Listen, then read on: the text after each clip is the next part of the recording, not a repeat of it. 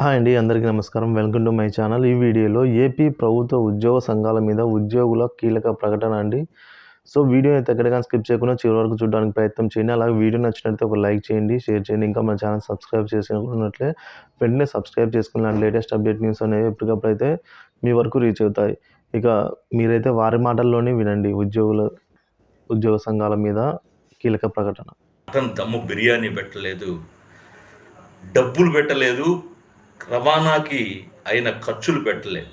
అయినప్పటికీ ఫిబ్రవరి 3, 2022 ప్రతి ఉద్యోగి తన కోసం, తన సమస్యల పరిష్కారం కోసం తానే పోరాటం చేయాలని చెప్పి సముద్రపు కెరటాల్లాగా ఉవ్వెత్తున విజయవాడను ముంచెత్తితే నలుగురు నాయకులు 4 సైడ్ల నుంచి వచ్చి ఆ ఉవ్వెత్తున ఎగసినటువంటి ఆ ఉద్యమాన్ని పాల పొంగు మీద నీళ్లు చల్లినట్టు చల్లి దాన్ని చల్లార్చి సంకనాకించారు.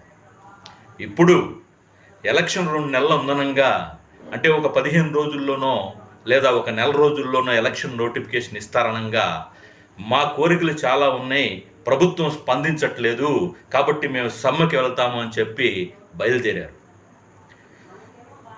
ముఖ్యమంత్రి గారు చెప్తూ ఉంటారు దుష్ట చతుష్టం అని.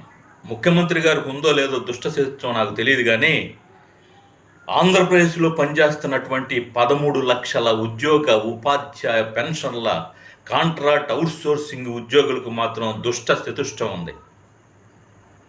ఆ రోజున ఆ ఉద్యమాన్ని అణిసివేసి మళ్ళీ ఈ రోజున ఉద్యమం చెప్పి ఈ దుష్ట చతుష్ట నాటక రంగం దుప్పట దులిపి నాటకానికి తయారవుతుంది. ఇది ఎంతవరకు మనం నమ్మాలి? ఒక వారం రోజులు నల్ల బ్యాడ్జీలతో నిరసన అంటారు, ఒక వారం రోజులు లంచ్ అవర్ డెమాన్స్ట్రేషన్ అంటారు, ఒక వారం రోజులు పెన్ డౌన్ అంటారు. ఈలోపు ఎలక్షన్ నోటిఫికేషన్ వస్తుంది. మేము ఉద్యమించాము, అయినప్పటికీ ఎలక్షన్ నోటిఫికేషన్ వచ్చింది, అందుకని చెప్పి మేమేమీ చేయలేకపోయాము అని చెప్పి చేతులేస్తేస్తారు. అంగన్వాడీల్లాగా, ఆశా కార్యకర్తల్లాగా కూడా మన వాళ్ళు చేయలేరని చెప్పి మనకు ఎప్పుడో అర్థమైపోయింది. అంగన్వాడీ టీచర్లు 54 రోజులు అలుపెరగని పోరాటం చేసినా కూడా ఆశా కార్యకర్తలు 54 రోజుల పాటు అలుపెరగని ఉద్యమం చేసినప్పటికీ కూడా ప్రభుత్వం 10 రూపాయలు కూడా జీతం పెంచలేదు అంటే మరి మన ఉద్యోగస్తులు, మన ఉద్యోగ సంఘ నాయకులు చేస్తే ప్రభుత్వం స్పందిస్తుందా? అయినా ప్రభుత్వానికి మన సంఘ నాయకుల బలాల కన్నా బలహీనతలు బాగా తెలుసు కనుక మన సంఘ నాయకులు ఉద్యమానికి మేము రెడీ అని అంటే మనం ఎంతవరకు నమ్మాలి?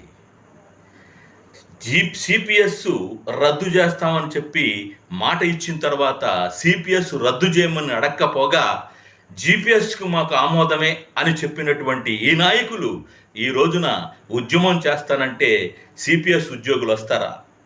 ఉపాధ్యాయులు వస్తారా? అవుట్సోర్సింగ్ ఉద్యోగులు వస్తారా? ఎవరు వస్తారు వీళ్ళకి?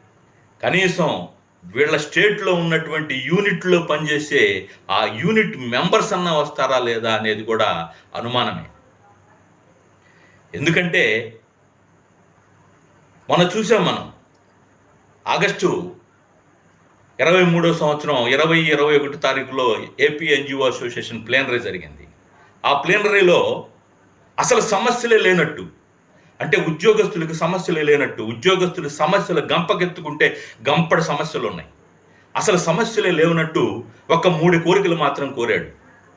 ఆ 3 కోరికలు, ఒకటి ఆల్రెడీ ఇంప్లిమెంట్ అవుతున్నటువంటి మెడికల్ అండ్ హెల్త్ డిపార్ట్మెంట్లో 5 days స్పెషల్ క్యాజువల్ లీవ్, ఒకటి పిఆర్సీ కమిటీ వేయటం, 2 డిఏలు మాత్రమే బాకీ ఉన్నాయంట. ఆ 2 డిఏల్లో ఒక డిఏ అడిగారు. ఆ ఆగస్టు 20వ తారీఖున సాక్షాత్తు ముఖ్యమంత్రి గారే తన ప్లేనరీకి వస్తుంటే అటువంటి నాయకుడు ఏమని అడగాలి, ఏం చేయాలనేది కూడా తెలియకుండా ఈ 3 కోరికలు అడిగితే కనీసం ఈ 3 కోరికలు కూడా ఇప్పటి వరకు సంపూర్తిగా తీరింది లేదు. మరి ఇటువంటి సమయంలో వీళ్ళు ఉద్యమిస్తానంటే ఉద్యోగస్తులు ఎంతవరకు నమ్మాలి? ఒక కామ్రేడ్ శ్రీరాములు గారు, ఒక కామ్రేడ్ సుధాకర్ ప్రసాద్ గారు తమ జీవితాలని, తమ వ్యక్తిగత జీవితాన్ని పణంగా పెట్టి ఉద్యోగస్తుల సంక్షేమం కోసం, ఉద్యోగస్తుల బాగు కోసం వాళ్ళు పాటుపడి ఎప్పుడెప్పుడో సంపాదించి పెట్టినటువంటి అప్పటి రాయితీలను కూడా కట్ చేస్తుంటే చేష్టలు అడిగి చూస్తున్నటువంటి ఈ నాయకులు ఈ రోజున ఉద్యమం చేస్తానంటే ఉద్యోగస్తులు నమ్ముతారా?